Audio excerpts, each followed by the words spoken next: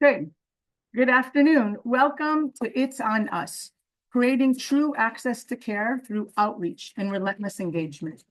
My name is Taal Hasak-Lowy, and I'm the Executive Director of Friends of the Children Chicago.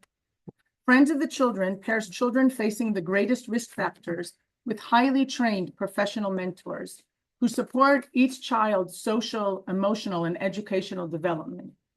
We commit to standing by each child and their family for 12 and a half years, no matter what. Before we get started, I want to express our sincere gratitude to our presenting sponsor, the Pritzker Pucker Family Foundation. Thank you for being such a wonderful and consistent partner. Your support means the world to us. I also want to acknowledge that Friends Chicago work is funded in part through the exciting Stronger Together initiative, in partnership with Cook County and the United States Office of the Treasury. We live in a world with significant economic disparity. Living in poverty, let alone extreme poverty, is challenging. It presents an endless series of obstacles that most people living in comfort simply cannot comprehend. Social service organizations exist to help empower people by providing access to the resources and skills they need to overcome the hardships they face.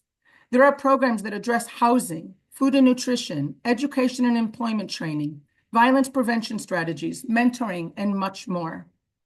A major struggle for social service agencies, the struggle we'll be talking about today, is making sure that our services reach all the people in need of support. The dream scenario is, if we build it, they will come. The dream plays out like this. We create the program. People come and enroll in the services. They consistently show up and do everything that they're asked to do. They attend every meeting, take advantage of every resource, and voila, success.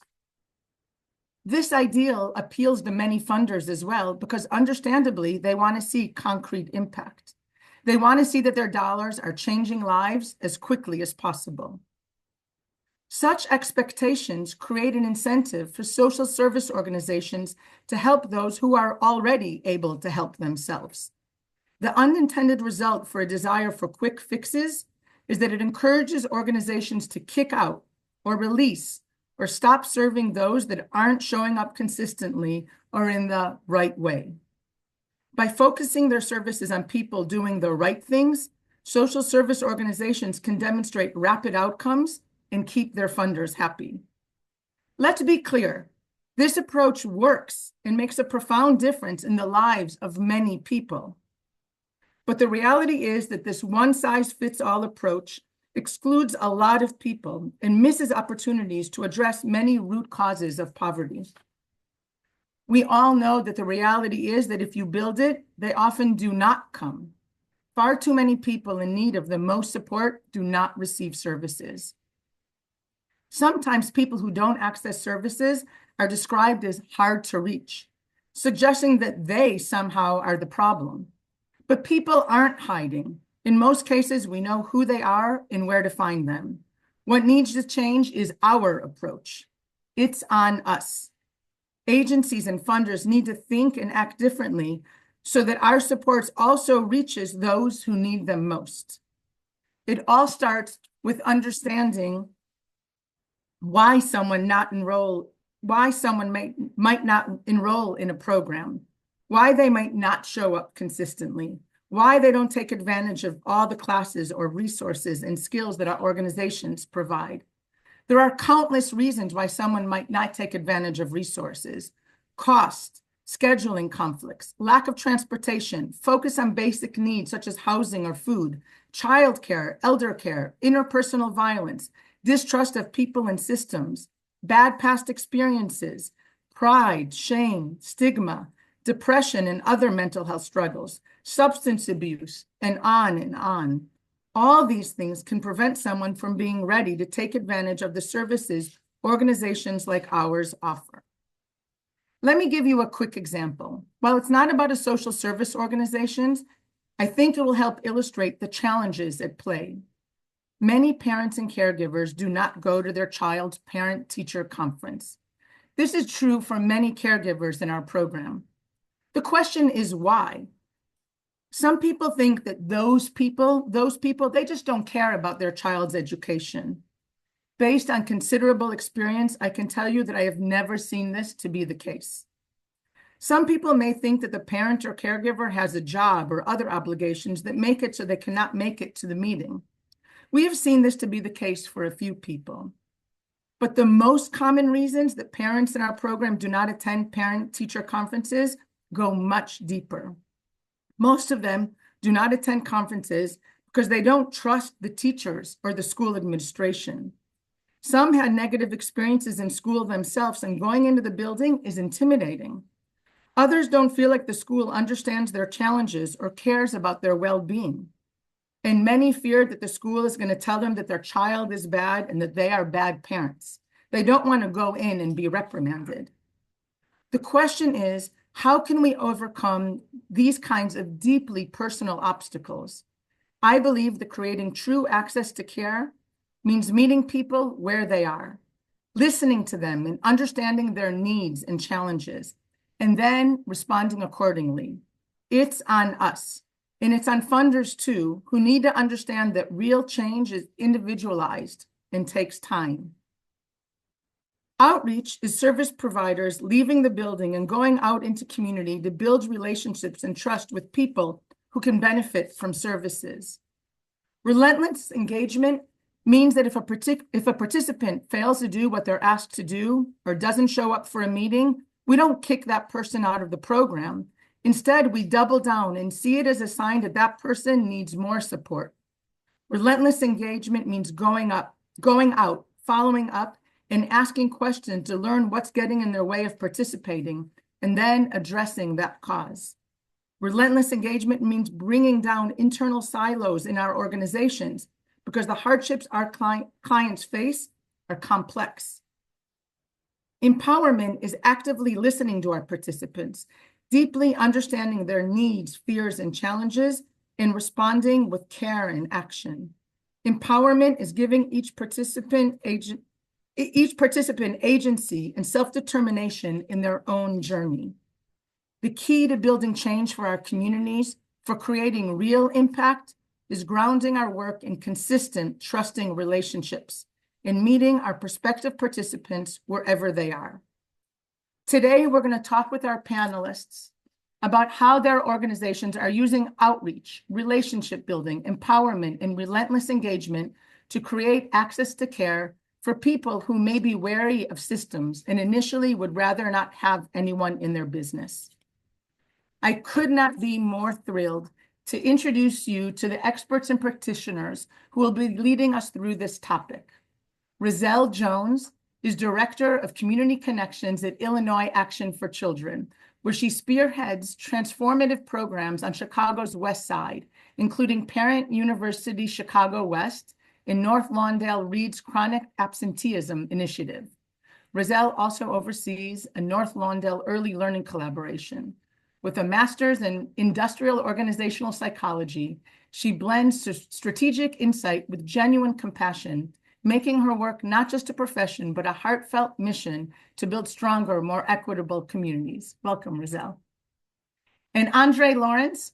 Andre is a field manager for Metropolitan Family Services Metropolitan Peace Initiative. In this role, he offers technical assistance and support to the community violence intervention organizations in Englewood and Auburn Gresham. He also facilitates training at the Metropolitan Peace Academy to professionalize the field of outreach. Thank you both so very much for joining us for this important conversation. Thank you for having us. So let's start. I did an overview for you all, but I would love to hear from you all. Why do you think that people do not voluntarily come up always to sign up for our services? Rarzail, why don't we start with you? Absolutely.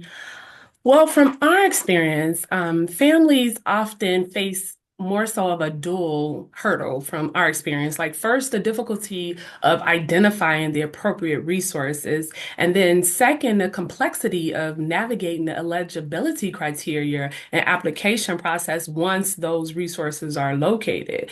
So that complexity alone can create substantial barriers, particularly for those that's already facing systemic disadvantages. Thank you. Andre, why do you think that people aren't always voluntarily signing up? In some cases we've experienced in doing the work with dealing with people, there's a distrust that for whatever reason, prior to us engaging with them, they got established. You know what I mean? Somewhere along the line, somebody failed to do what they said they would do. So they're a little bit more reluctant to just openly walk in the door after having that experience. Right. So both of you are here because you both work for an organization that at least one of your programs does outreach. So can you tell me, how do you identify participants for your program?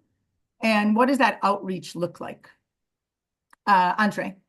Um, we strategically try to target the highest risk individuals, meaning those individuals that are more likely or susceptible to being shot or becoming an alleged shooter. Um, so we try to target them, and in doing so, that's a direct de-escalation to the violence that takes place in the street if we can engage those individuals. And so what does that engage? How do you engage them? What do you mean by you engage those individuals? Um, What does it look like? I mean, our engaging process is like with the outreach workers in the communities that are being serviced, right? They qualify on multiple different levels. The outreach worker in itself would have what we call LTO, lights to operate in that community, meaning they still have some degree of influence within that community or are recognized by the population in that community that we're trying to serve to at least be a go-between. If they can bridge the gap from between us getting them to the services or bringing them into the space to be serviced. So Andre, let me just follow up with you one more time because when I learned about this, I thought it was so interesting. So when you all get the name of someone that you want to engage with, your outreach worker goes and finds that person. Like, what's the first, like, how do they start a conversation with that person? No, I mean for the most part, the orgs are hiring the outreach workers that are part of the community. See, they are already a part of the community, already have invested stake in that community. They already identify with the groups in that community. Um, so it's not like we're sending a stranger into a community to try to gain information. This information with the outreach workers that are part of CVI orgs, they are already aware. You know what I mean? So them relationships already exist. This is how the work is able to be done through existing relationships. You know what I mean? And we use the relationships as a means, like if I have the relationship, but you have the resource, I'm gonna be the go-between. You know what I mean? So it's like they're not just walking in there trusting you, they trusted me to having that relationship and having that relationship with them, I can walk them in that space. Great, thank you. Roselle, can you tell us specifically, I'd love to talk to you about your attendance program. Like, how do you all identify people for your program, and then how do you get them involved with you? Yeah, absolutely. So for our chronic absenteeism initiative, where we support pre-K to third grade families by providing the resources to help combat barriers to getting their students to school, we have internal attendance data that we collect to identify students who are missing days, and we also rely on the teachers to refer students who are missing the days. And from there, we receive the family contact number to call to start to build a relationship with the parents to share our role and what resources we provide. And then from there, we try to understand if and what barriers that the families may be facing with getting their children to school. So we start with more so just right off the bat, creating, developing a relationship, not going in talking about attendance, but just going in talking about what supports that we can help with. So let me ask you a question, Roselle, we'll start with you. When I've spoken with some people about outreach, they've sort of challenged me and said, well, isn't it sort of manipulative and aren't you forcing someone to join your program? What response, like, how would you answer that question? Good question. So Not at all. I mean, the program itself and our programs, I mean, that I lead, it's optional, but the approach is delivered in such a supported and consistent manner that parents most times see the benefits with being a part of the program. So it's all about the approach and it's all about the delivery of what you're trying to share with that family or the targeted parent that your family that you're working with. Thank you. Andre, would you say, like, what would you say if someone says that you're trying to force your participants into your program? Well, you're on mute. I mean, there is no force. Everything that we do with dealing with the participants is voluntarily. And keeping in mind that, like, because we're dealing with underserved communities, there is a need for the resources that's being presented. The only problem with that being is the fundamental trust that has been compromised with the community and some of these service agencies. You know what I mean? So we like to use what we call credible messengers that are from the community. Again, from the community with established relationships with those participants, those targeted audience that we're trying to get into the programs. Those relationships exist already. So when you have a credible messenger bringing that information to them, it's more accepted, received, and they're more likely to follow up. You know what I mean? Or engage with whatever program that's being presented because of the individual that presented that information to them. Right. So once they're enrolled, right, you do work hard to make sure they get enrolled and engage with your program. Then the rest is easy, right? Because they do all the right things afterwards and it's all easy. Right? No. So Yeah. what kind of things make it hard for participants to keep showing up, and how do you support them for their continued involvement? So Andre, why don't Uh, you go? Yeah. I mean, first we take the trauma-informed approach when dealing with our participants, understanding that we are aware with some of the traumas that they come up that they're facing or face. So it's we expect that we're trying to change a normal behavior for you. It's not going to happen overnight. So we're going to meet them exactly where they're at and do our due diligence with the follow-ups and helping them create that need, risk, and resilience plan for themselves. Like when that part of the programming is, they're going to fill out the things that they want to engage in because if it's them filling it out, they're more likely to follow up opposed to case manager trying to say, well, you need to do this, this, this, and this. You know what I'm saying? And those things may not be in their interest. They may not be a concern for them. So we try to let them build out the program and offer them the support that they need, as well as attaching them to the resources to help them accomplish those goals. Thank you. Rarzail, in your answer, I'm wondering if you can also just tell me, like, what does that mean for that trauma-informed approach? Like, what's going on their end, and what does that trauma-informed approach look like? Well, for sure, let's see. We'll get to the questions at the end. People, you can add your questions and we'll answer them at the end. Yeah. Yeah, so for the chronic absenteeism initiative, those it's the trauma informed and it's the overall barriers just to attendance, just period, with a lot of those traumas. So like the top five barriers to attendance is transportation, in which we try to provide, emergency bus cards, but we also try to make sure we do some things that are sustainable, such as helping parents build social capital by creating safe spaces for parents to meet one another and carpool and work together with supporting their children to get to school. Another barrier to attendance is child illness. And with that, we try to suggest that parents make sure that they pick up the student work so that the children don't fall behind, as well as sharing knowledge on 504 plans that sometimes parents don't know about if their children are facing chronic illness, as well as making sure that parents are connected to healthcare centers. And then some of the other traumas that they have that's related to barriers to attendance is unreliable family support due to families having working non-traditional work hours. Domestic violence has been a true increase for this school year and last, and lack of motivation due to life stressors overall. Right. So at Friends of the Children, we call it relentless engagement, right? So all of those stressors that you spoke about are real for many people. And maybe someone will fail to answer your phone call or won't show up to something. What does it look like? Can you give me an example with someone in your program who faced challenges in participating and what you all did to meet them where they're at? Rarzail, why don't we start with you?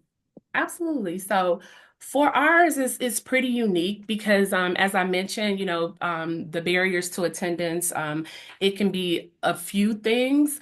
And what we do, we are persistent and consistent. I think that just experiencing with working with chronic absenteeism, it's an ongoing effort with the end goal for parents achieving sustainability. So for families our team work with, we do our best to be persistent and consistent with providing the necessary resources to not only improve attendance, but to help support the family holistically. So we're meeting that parent where they're at as far as letting them know that we'll meet you at the school, before school or after school. We'll meet you at your home if that's easier to you. We'll meet you at a coffee shop and purchase lunch or coffee, whatever that's convenient for you, of letting you know that we're here for you, but we're coming to you. You don't have to come to us. And again, we're here as an extra layer of support to share with you those supports and resources that you may need. I love that you said that. I joke that the mascot book for Friends of the Children is Dr. Seuss's Green Eggs and Ham. Like, would you, could you with a mouse? Would you, could you in a house? Because, our participants are in our programs because their lives are really hard. We're the ones that have to accommodate and go to meet them on their own terms wherever they're at. And I also love your persistent and consistent knowledge. Andre, why is that consistency? Like, wait, when I hear the words persistent and consistent, I think about what you said earlier about why some people don't participate, and it's because organizations in the past have failed them. I think our participants are used to people giving up on them.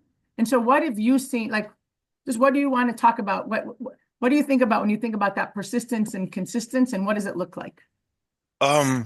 Persistently, I mean, just like what you spoke on, relentless engagement. It's a critical part of the work because, like you say, so many of them have experienced the letdown and people didn't just written them off the whole nine. So it's like they're not so enthused about just participating in programs. You know what I mean? You have to engage them in a way that they haven't been engaged because that's the thing that sets you apart from the previous experiences that they had. And it's like even when you don't get the ideal participant that you're targeting with that relentless engagement, now you've probably been entered, been granted access into the home. So the people in the home or the friends around are going to take notice to the time that you're putting into the individual, and that it piques their interest. You know what I'm saying? I mean, me personally, when I had a participant, when I was doing outreach work on the boots on the ground level, it was the actual family member that got engaged, you know what I'm saying, that helped him stay in line. Like even when he fell off, like, hey, bro, man, this man be coming over here spending this time trying to get you on the right track and offering you resources, he's taking you here and there. Man, you got to show up for him. So it was like a collective effort because of my relentless engagement that the family got involved. You know what I mean? So it only helped. It's like our objective is really just trying to change the normal thinking pattern and behavior of the participants out there in the streets.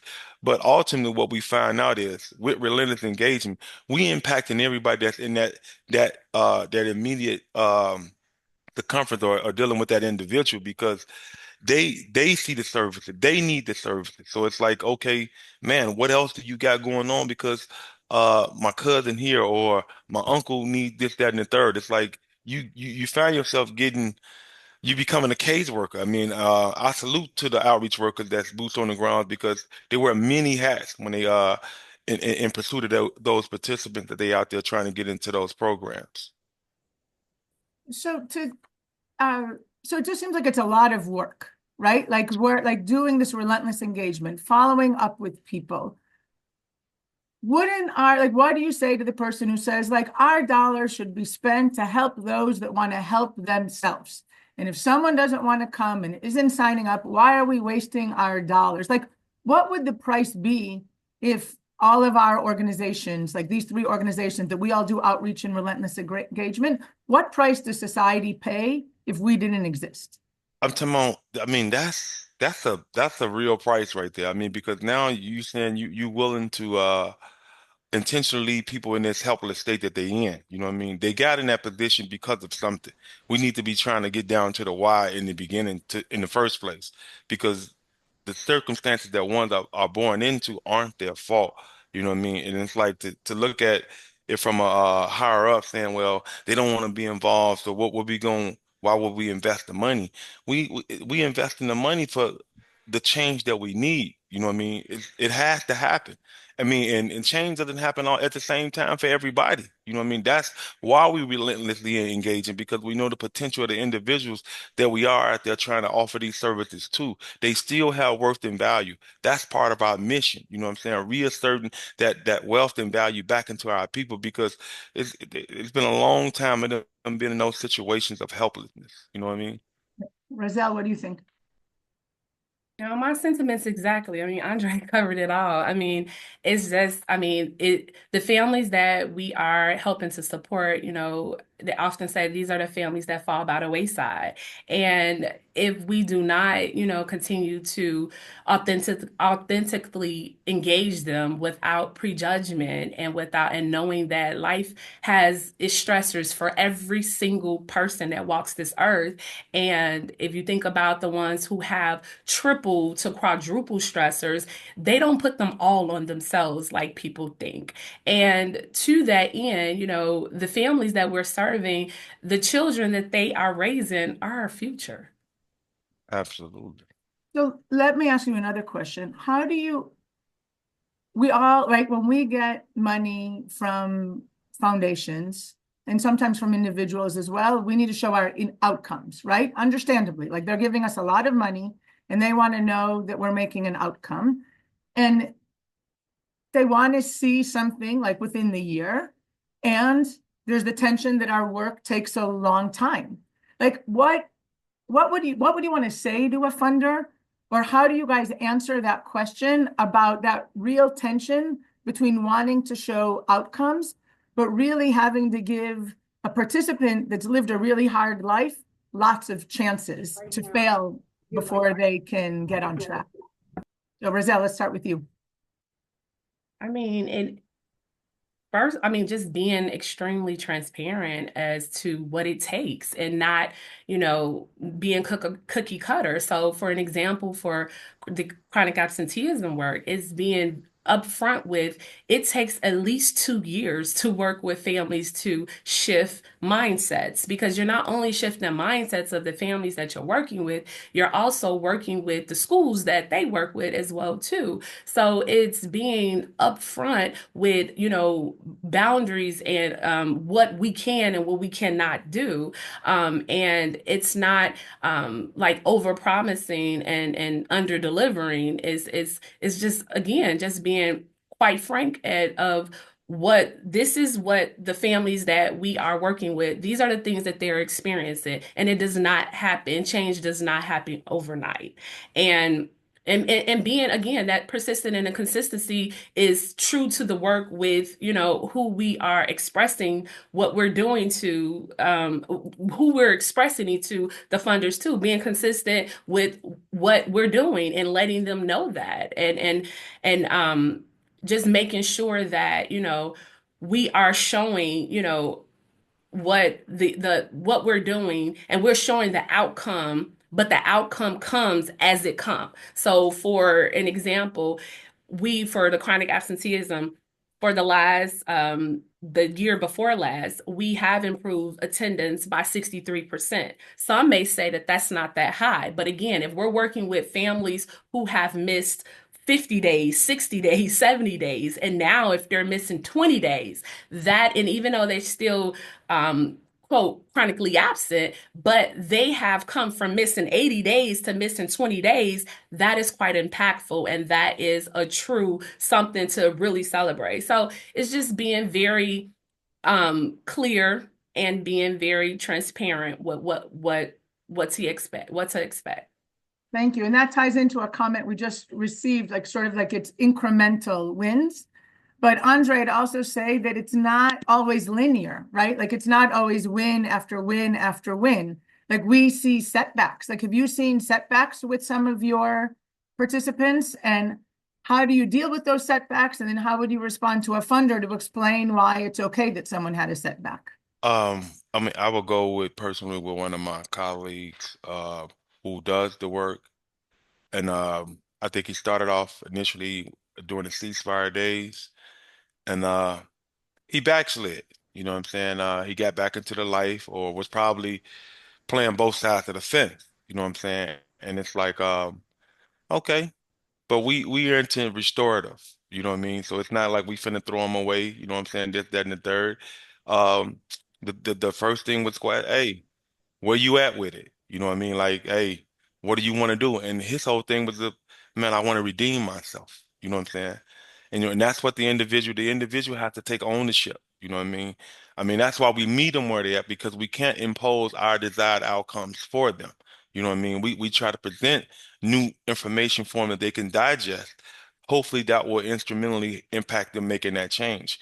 But getting back to the story of my colleague, he came back home and got back into the violence prevention field and excelled.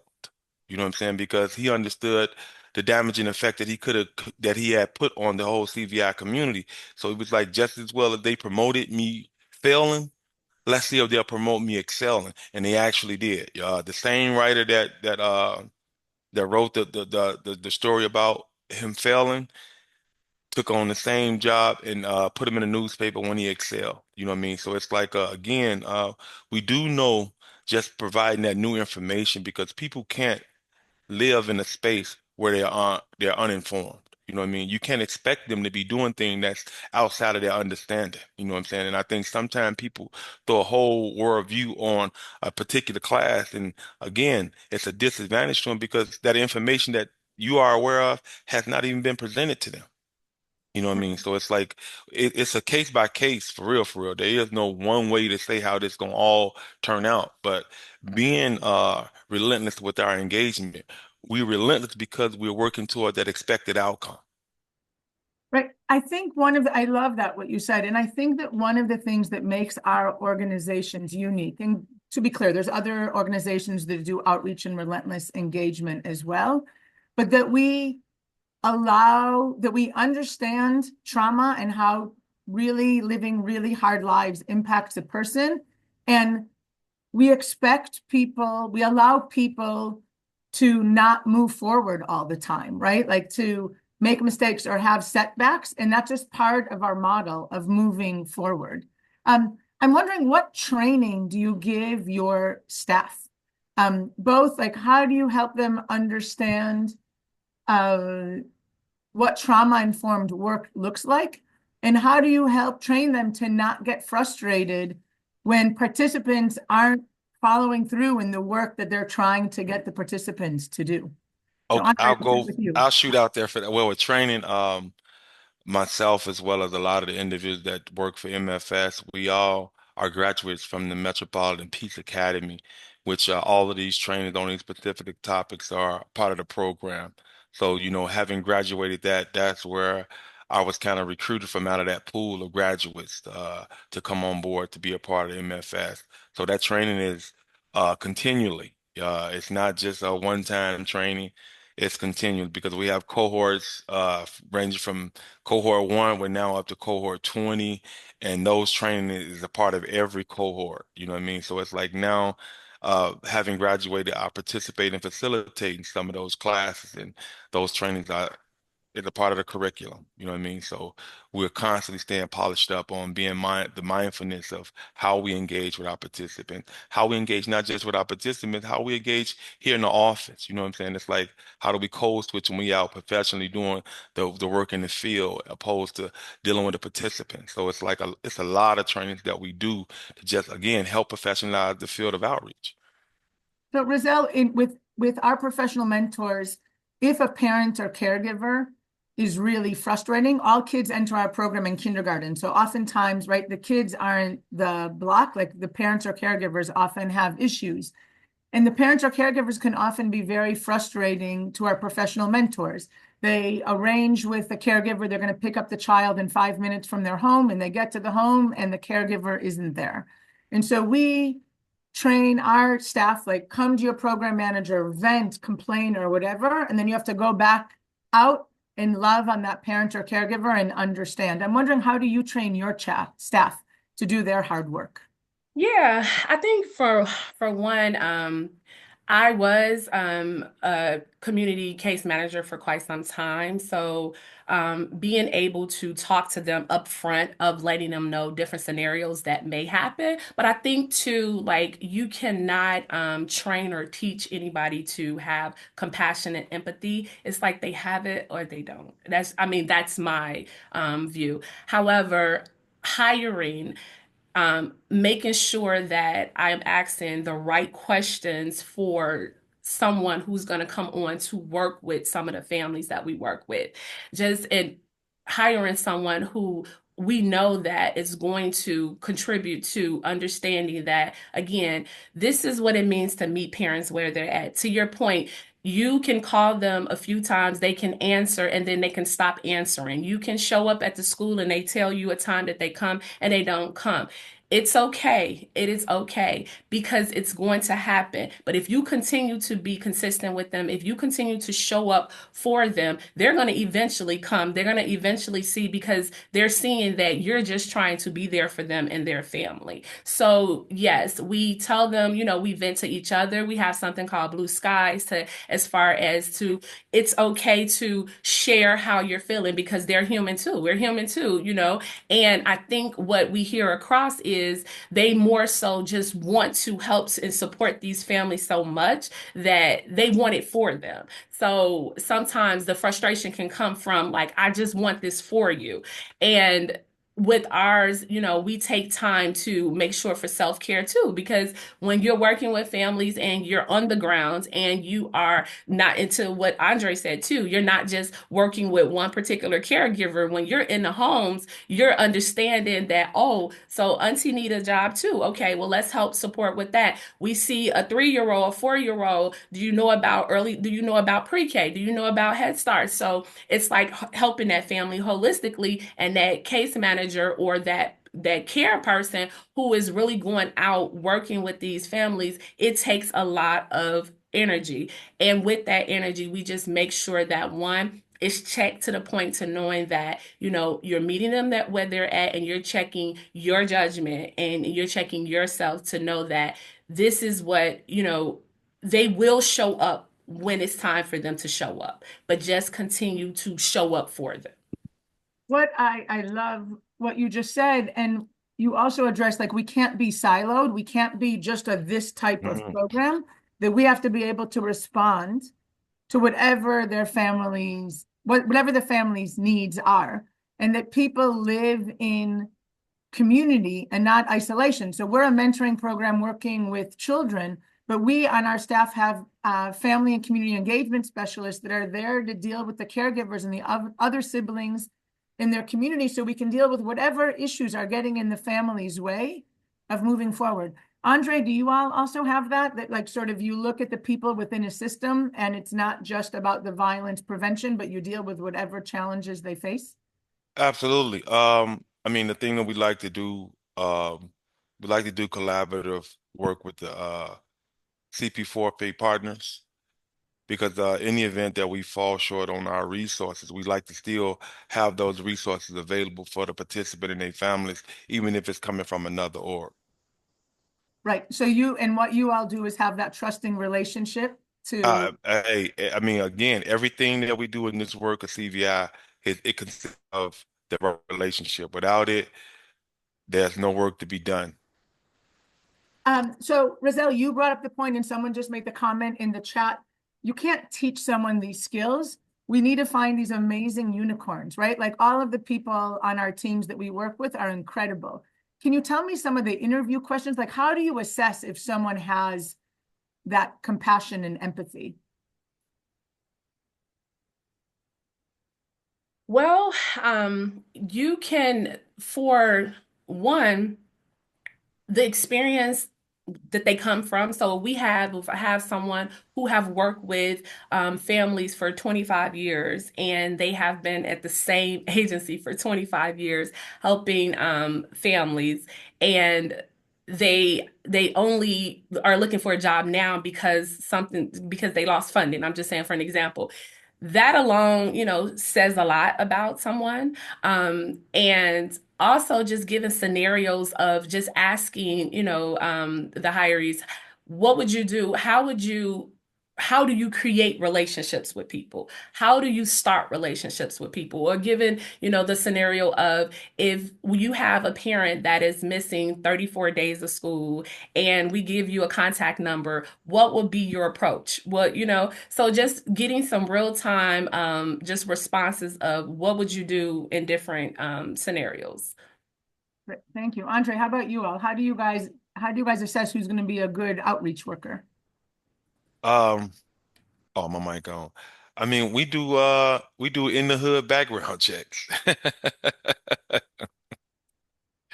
Well, but how do you know? But no, but I get that, right? Because you want them to be a credible messenger. But how do you know that they're going to have the compassion um, to really connect with someone and deal with someone that at times may be trying to push them away? I mean, again, it's like the relationships that's already established with the people that you're working with. Again, the communities, they aren't that big, and everyone knows everyone in the community. So again, we target the those key individuals that we do know. And again, we run a background check through them. I mean, if I don't have that information personally by having that relationship, I'm finna seek it out. You know what I'm saying? Because I want to know what this individual is attached to, what background they coming from, um, who they may have had issues with in the past. You know what I mean? Um, and if so, who that individual is. Can we reach out to those individuals to get, some kind of gauge point on, man, is this still a situation with this guy? You know what I'm saying? Because we want to try to put him out in the field to do this work. How are y'all feeling about what's the pulse? We're gonna check the pulse of the community. And when that information is, conveyed back to us, because we always ask individual where you can and can't go. Who are you? Who have you had past bad experiences with? You know what I mean? Because we want to try to cross-reference and again, mediate that situation because it's like you get right into a mediating mode right then and there, dealing with the potential individual you want to hire. Because again, we safety is first, and we don't want no potential to hire to bring a potential threat to the office or the team when they out canvassing because they're going to be in the community. So again, we have to get do that community check through the background check through the community because they the ones going to say whether or not it's okay for this individual to be out here moving around because there's a likelihood whoever they into it is still in the community. Thank you. And we at Friends of the Children have continually refine our interview process to make sure that we can get to those questions that find those unicorns, like the wonderful people that have natural compassion. So one of our interview questions is asking people, why do you think parents or caregivers don't go to a parent-teacher conference? And then what would you do? What would you need to do to help that parent or teacher, help that parent or caregiver go to a parent-teacher conference, right? So it's building that relationships, gaining trust with them, maybe offering to go with them to the parent-teacher conference. But one of the things we also ask, and Rarzail, you touched upon this, is what do you do for self-care? What do you do when you're stressed out? Because we need to hire people that know if their emotions are running high and have a self-care routine. And we say like, that's part of your job. Like you need to know how to take care of yourself. Rarzail, how do you handle that with your staff? Sort of that whole, alluded to it before. Say the last part again. I'm sorry. Just how do you talk to your staff about self-care and why self-care is really part of their job so they can show up for your participants? Absolutely. By first leading by example. And then, having that open door policy and that open conversation about it, and then being able to recognize it with your team when you see that they need self-care and bringing it up and letting them know that, again, within this work, like I said, it is a lot of energy. So with it, making sure that we have time for them to take the time off that they need and also have we have retreats that we don't just have a team meeting and talk about what's going on, but we have retreats to talk about, what's going on and what do we need to continue to do? What do we need to not do? Like really do deep dives into the work of talking about the work and giving them a platform of what would you like to see different? What would you like to see change? How can it help you with your work that it less be less stressful for you if it's stressful in any way, but mainly just really having that open-ended conversation with them and being very true to if they need that day off. Like I have some my staff will text me sometimes and say, hey, I'm taking a mental health day, and I'm please do, and knowing that they can, and if it's sporadic, sometimes I suggest it, like, hey, you haven't taken a day off in 3 months. I need for you to take a day off. Mm. Just do you. So just being, I'm very serious about self-care with this work that we do. Because again, letting them know it's just like you hear all the time that you cannot, help anybody else if you can't help yourself. And it's just like, or you're not, putting self first, you can't help your children, your family, any of that. So having that open conversation with them too, like your families know when you are drained, and your families know that when you come with them and you don't have what it takes to really just the bandwidth to listen to their conversations. And then that oftentimes shut them down. So with that, you have to make sure that you're being taken care of. So just making sure that that conversation is constantly ongoing. Amazing. And we say, our program management team, their job is to take care of the professional mentors. And if they know that someone on their roster just went through something really stressful, that's going to have an impact on the professional mentor, and that we're going to, we're in a marathon, not a sprint, and you need to go Yes. take care of yourself so you can continue showing up for your family. Andre, how do you all deal? Sorry, Andre, before you answer, if you have a question, please feel free to put it into the chat. I have a few that we're going to ask, but Andre, how do you deal with self-care and making sure that your team knows that they need to take care of themselves so they can show up for your participants? Self-care is probably number two after safety because of the work, the nature of the work that those of us in the CVI community do. We are mindful that to take self-care because a lot of the stuff we do could be triggering. You know what I mean? Just reliving the experience by vicariously through one of the participants could be triggering for you, even though you've overcame it. You know what I mean? So it's like we know that going in, but again, like I mentioned, we have constant trainings on the ACEs, adverse childhood experiences, things that information that wasn't imparted to us outside of being a part of these programs, right? So we try to personalize it per cohort, you know what I mean? And everybody has a story, which we do a segment called My Story, My Glory, which opens up, you know what I mean, and allow us to, get a closer in-depth view of that individual and those particular traumas that they may have experienced. So with that information already being out there, weekly supervisions rather, with the supervisors and the staff, that happens every week. You know what I mean? The supervisors, asking what's your personal aspiration outside of working here? You know what I'm saying? How are you doing self-care wise? Because again, they do understand the nature of the work can be re-triggering. So we definitely promote it in a way that we need you to be clear-minded because we know out there in the field, you out there, and it's a lot that you're dealing with or taking in because there's so much trauma being poured into you through the participants or the exposure, just going out there canvassing from a shooting. You know what I'm saying? That's just trauma, re-triggering because if you grew up in those communities, you've seen it. You know what I'm saying? Then I have to go out there to do the work, seeing it again. It can't help but affect you in some kind of way. You know what I mean? So we definitely try to have our staff be mindful. We know what you're dealing with out there. So we definitely like Rarzail said, my staff, my boss, he's like, hey man, you ain't took no time off, bro. And it don't roll over. So man, get out of here. You know what I mean? Right. So That's what you said. but yeah, it's Um, essential though, because you can be desensitized in doing this work, right? After so much of a consuming it, you tend to normalize it unintentionally. Now you're ineffective in offering a remedy or finding the right resources because you didn't just desensitize yourself from the trauma of what's actually happening, you become ineffective to the participant. Right. Amazing. I just want to give a shout out to Cook County and the Stronger Together initiative. They fund for us so that we can have mental health professionals. It's a Black-owned social service organization called New Life, New Solutions that are there to give therapy for our staff to deal with their vicarious trauma or what it triggers in their lives, and for the children and families in our program, because it's such an important part of our work. I'm going to ask one last question, and then we're going to wrap up.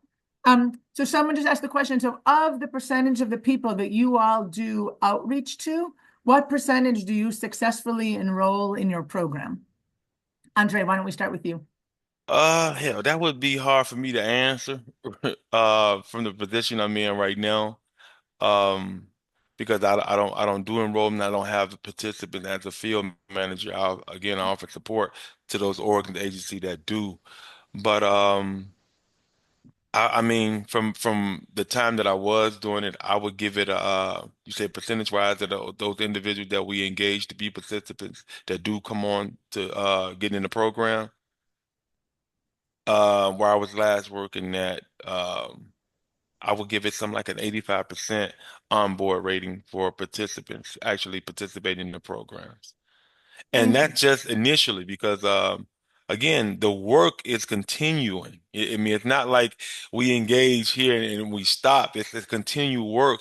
And in that continuum of relentless engagement, we garner people in because they needed to see some success happen with somebody else.